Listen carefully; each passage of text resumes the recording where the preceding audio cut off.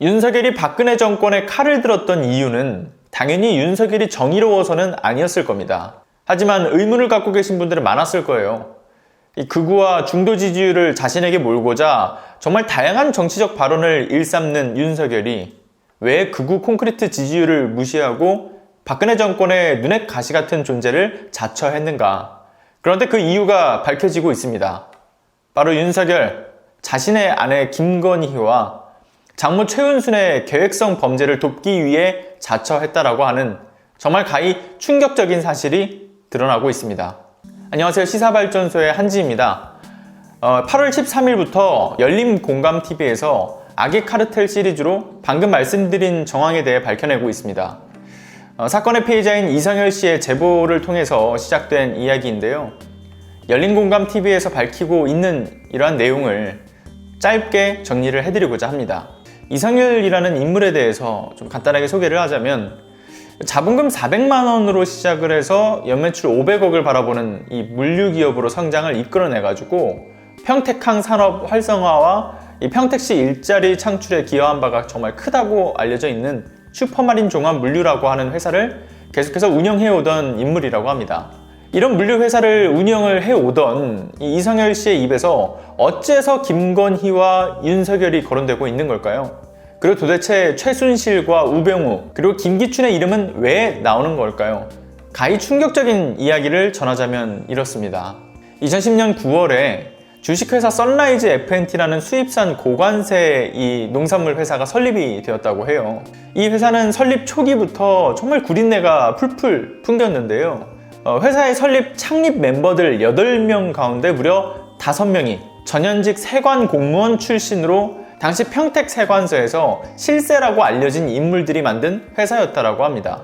농산물을 수입하는 과정에서 그 절차에 직간접적으로 관여가 가능한 관공서 출신들이, 그것도 그 안에서 가장 영향력이 있는 실세들이 굳이 옷 벗어 던지고 나와서 차린 회사, 뭔가 많이 이상하지 않나요?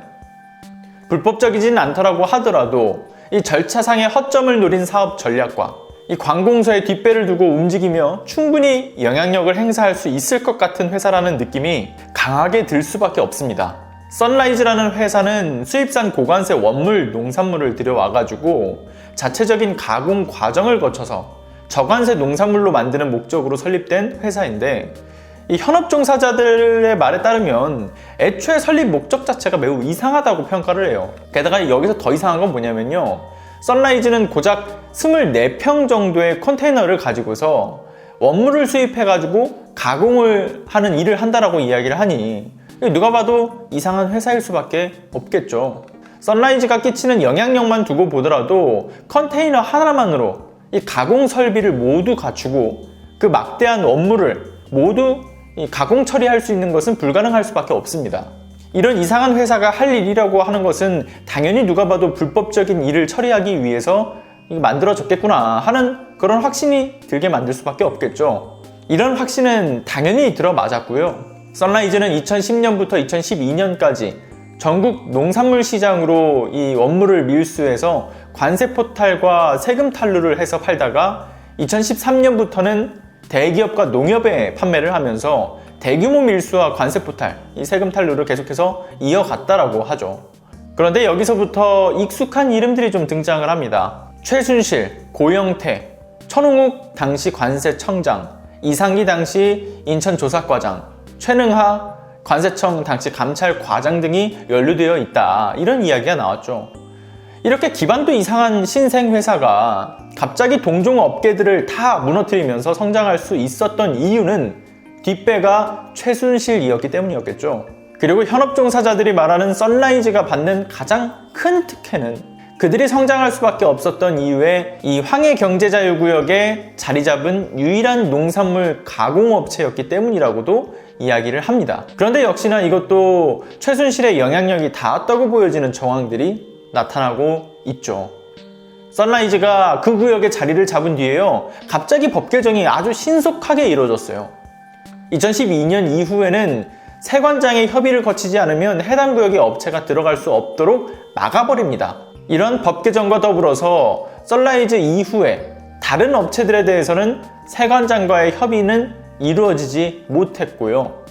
정부 차원에서 직접 황해경제자유구역에는 농산물 가공업체를 들이지 못하게 철저하게 막아버리게 됩니다. 이 구역을 독점한 썬라이즈는 수입 농산물 원재료를 가공설비로 곧장 보낼 수 있는 그러한 특혜를 누리면서 유통비 절감 효과는 물론이고 가격 경쟁력에서 시장에서의 우위를 선점할 수밖에 없게 되었던 거죠. 헌데 다시 말하지만요, 애초에 24평 정도의 컨테이너를 통해서 이 막대한 원물을 가공할 설비는 그 어디에도 없었습니다. 그런데 그들이 노리고 있었던 것은 무엇이었을까요? 바로 관세 정책의 허점을 놀린 밀수에 초점이 맞춰져 있었다라고 이야기를 해요. 예를 들면 수입산 콩나물 콩을 국내에 유통하면 무려 487%의 관세가 부과가 되는데, 이게 이제 아무래도 국내 농업인들을 보호하기 위한 정책으로 이제 시행되고 있는 거잖아요. 그런데 이 정책에도 정말 애매한 허점이 있어요. 바로 이 수입산 콩나물 콩을 재배를 위한 목적으로 수입을 하게 된다고 하면 관세가 고작 27%만 적용을 받는다는 허점. 이처럼 썬라이즈는 고관세 품목들만 골라서 들여왔고, 이것을 가공 목적으로 관세를 확 낮춰서 들여옵니다. 그걸 시장에다가 풀어버린 거죠. 법으로 막혀있는 고관세 품목들을 이 농산물을 가공하는 업체라고 명분을 앞세워가지고 관세를 수백 배 낮춰가지고 들여오고, 이걸 직접적인 유통까지 한다라고 하면 수천 수만 개에 달하는 포대자루에 돈을 그냥 마구잡이로 쓸어 담는 거죠. 이 과정에서 수많은 정치인과 검찰 그리고 경찰 등이 힘을 쓰면서 도왔는데, 당연히 이렇게나 많은 돈이 권력자들에게 유통이 되는 그 과정 속에서는 돈을 쓸어 담는 썬라이즈에게 방해가 되는 업체라든가 사람들은 다 조용히 처분이 되었겠죠. 이에 대표적인 사건도 있었습니다. 바로 평택 직할 세관 직원의 금품 수수 사건이라고 합니다.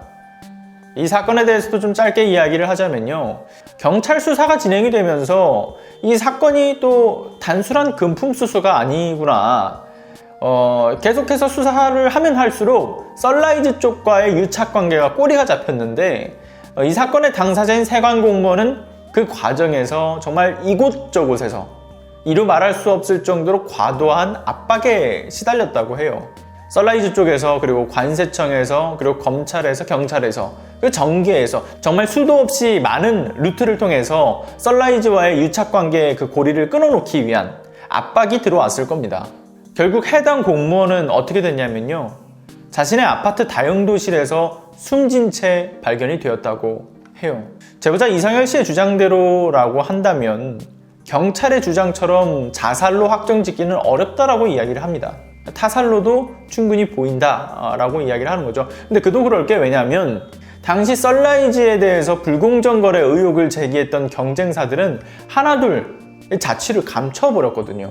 죄 없는 업체들을 도산시키고 신고한 업체들은 온갖 비열한 방법으로 부도나게 하는 그런 방식을 취하는 등 그 과정에서 누군가 하나 정말 쥐도새도 모르게 어떻게 하는 게 그들의 권력으로 어렵지 않음을 이상열 씨는 그 불안과 공포 속에서 직감을 했을 겁니다.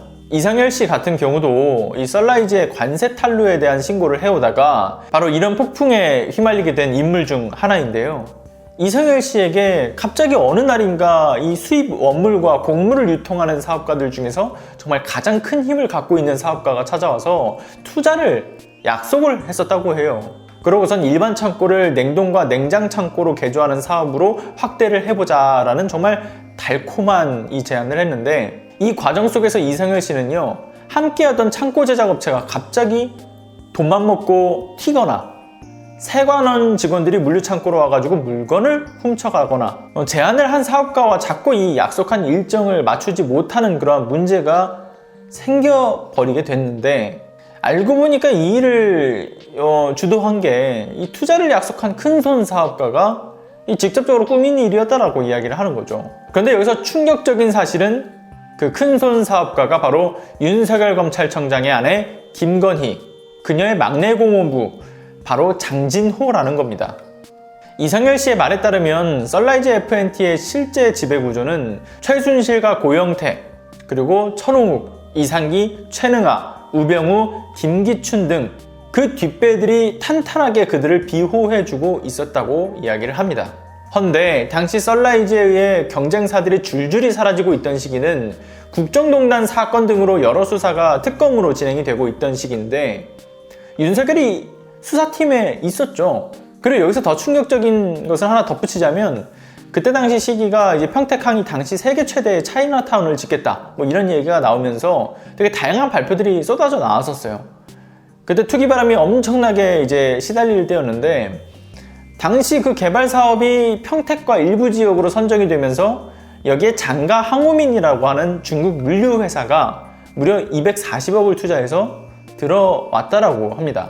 그런데 이 중국 자본 투자보다 더 많은 투자를 했던 곳이 어디냐면 바로 무려 340억 원을 투자해 들어왔던 도이치 모터스입니다. 자, 그럼 여기서 이성열 씨가 생각할 수 있는 이 합리적인 의심은 무엇일까요? 최순실을 비롯한 박근혜 정권 핵심 인물들이 이 지배구조에 연관된 썬라이즈에 직접적으로 도움을 주는 현직 관세청 고위 직원들과 썬라이즈 경쟁사주들과 자신에게 들어오는 수많은 압박들, 게다가 김건희의 뒷배를 봐주고 있는 것으로 이미 널리 알려져 있는 이 도이치모터스의 투자, 매우 의심스러운 정황인 거죠. 이 과정에서 수많은 경쟁사들은 윤석열 그 일가들이 이 썬라이즈라는 관피아들이 만들어낸 거대한 돈주머니를 털어먹기 위해 발생이 된 희생양으로 전락이 된 겁니다. 이성열 씨는 열린공감TV에 출연을 해서 자신이 받은 공격에 대해 증언을 했는데요. 이러한 공격은 이성열 씨뿐 아니라 정말 다른 이 경쟁사주들에게도 동일했을 것으로 보여요. 철저히 사회로부터 고립시키는 악질적인 계획들, 이성열 씨가 말하는 지옥 같은 나날들은 이렇습니다. 직원들이 횡령하게 만들고요. 직원들과 그 외 주변 사람들에게 민형사소송을 걸지를 않나. 그것도 좀 터무니없는 이유로요. 그리고 관세청에서는 관세법 위반으로 불법 체포를 하는 어떤 압박을 걸고 그 과정에서 농심의 자회사인 태경농산과 태경농산의 하수라고 할 수 있는 이 남성유통의 안길준이라고 하는 인물 등을 통해서 2015년부터 작년까지 5년에 걸친 소송을 겁니다. 심지어 이성열 씨 회사와는 전혀 관계가 없는 이종 사촌 동생 이창현 씨를 대상으로 해서 10억 원을 횡령했다라고 주장을 하며 이 특정범죄가중처벌법으로 괴롭혔다라는 이야기도 하고요. 이성열 씨의 주장에 따르면요, 평택세관 정창조와 정태명이라고 하는 인물이 이 사전 공모를 해가지고요, 공문서를 위조하고 슈퍼로지스와 관계가 전혀 없는 이종 사촌 동생 이창현 씨를 대표이사로 꾸몄다라고 하죠. 그런데 범죄 사실에 슈퍼로지스 대표이사로는 등재가 되어 있는데, 그러니까 범죄 사실에는요. 그런데 대표이사 임원 등기를 끊어다 보니까 이창현 씨는 아예 없다라고 해요. 그러니까 압박을 하려고 억지로 엮었던 거죠. 그렇게 거짓된 문서로 체포영장을 발부받아 집행을 해가지고 이종 사촌 동생과 자신의 친동생이 함께 구속이 되었다고 해요. 근데 여기서 더 황당한 거는요, 구속된 것을 이제 알게 된 이성열 씨가 전화를 걸었대요. 그런데 이상한 게 뭐냐면 전화를 받은 검찰이 그 전화를 받고 나서 바로 풀어줬대요. 여러분들 이게 상식적으로 이해가 가시나요? 아니, 체포영장을 발부할 정도로 굉장히 심각한 그런 범죄 어떤 혐의점이 있기 때문에 데려간 걸 거 아니에요. 그런데 전화를 하니까 바로 풀어줬다. 이 말은 그만큼 문제가 될 여지가 없었고 그저 단순히 이성열 씨를 압박하기 위한 그러한 체포에 불과했다라는 겁니다. 이를 위해 검찰에서 수를 썼고 재판부에서는 공문서 위주로 분명 알지 못하고 체포영장을 이렇게 발부해줬다고 할지언정 분명 그 유착관계에서는 전혀 관계가 없다고 볼 수가 있을까? 그건 좀 의심스럽죠. 그러니까 저는 개인적으로 생각했을 때 정치, 언론, 검찰, 경찰, 재판부까지 한몸 한뜻으로 움직였을 가능성이 상당히 높다고 생각을 합니다. 그리고 그 가운데 핵심은 윤석열과 그 가족이 있을 가능성이 아주 높은 상황인 거고요. 이성열 씨의 증언은 앞으로도 계속될 거라고 하는데요. 그가 5년 이상의 정말 기나긴 이 시간 동안 무수히 많은 압박과 심지어는 폭력을 당해가지고 이가 빠지고 심지어 정말 중요한 것이 녹음된 휴대폰을 2번이나 빼앗기는 등의 일이 있었다고 하죠. 그리고 그 사이 총 3번의 자살 시도를 했다고 합니다. 일반인에게 대기업이 이유를 알 수 없는 횡포로 중형을 살게 하는 특가법 횡령죄 소송이 들어오고 심지어 주변인들에게도 말도 안 되는 공격을 가합니다. 그렇게 자신과 친밀한 관계에 있던 사람들은 모두가 왼수가 되어 인연을 끊어버렸습니다. 계획 중이던 또는 이행 중이던 사업은 틀어져 버리고 거래하던 업자들도 갑자기 계약을 파기해버려요. 이렇게 철저히 고립시켜버리는 악질적인 계획에 과연 누가 살아남을 수 있을까요? 결코 쉽사리 견딜 수 있는 고난은 아니었을 겁니다. 이토록 잔인하게 경쟁사들을, 그리고 심지어는 그 어떤 운명 공동체라고 믿었던 동업가들을 고립시키고 배신하는 수법이 바로 윤석열의 처 김건희와 장모인 최은순, 그 일가의 계획형 범죄의 공통점이에요. 그리고 이러한 계획형 범죄들을 단순하게 비호가 아닌 조직적으로 계획에 동참했을 것이라고 생각되는 인물은 바로 윤석열이고요. 사람에게는 충성하지 않는다라는 말에 드디어 검찰 왕국이 시민의 나라, 민주적인 나라로 달라질 수 있을 거라 이 국민들을 현혹했지만, 역시나 윤석열을 비롯한 정치검찰들은 정권은 유한하고 검찰은 무한하다라는 우월감에 사로잡혀 있었습니다. 사람에게는 충성하지 않지만 조직에는 충성하는 윤석열의 신념은 의외로 간단했던 것 같아요. 우리가 생각하는 권력에 충성하지 않는다라는 그런 낭만적인 개념이 아니라 무소불위의 권력을 행사할 수 있다는 이 권력의 달콤한 유혹, 그러니까 권력의 중심에 서 있는 검찰, 자신이 무엇이든 할 수 있는 이곳에 정말 자신의 뼈와 혼을 갈아 넣겠다, 무조건 검찰이라는 조직에 충성하겠다라는 의지, 결국은 우리가 처음에 생각했던 헌법주의자가 아니라 그냥 검찰주의자였던 거죠. 윤석열은 아주 오래전부터 자신과 가족의 이익만을 움직였을 거라고 생각을 합니다.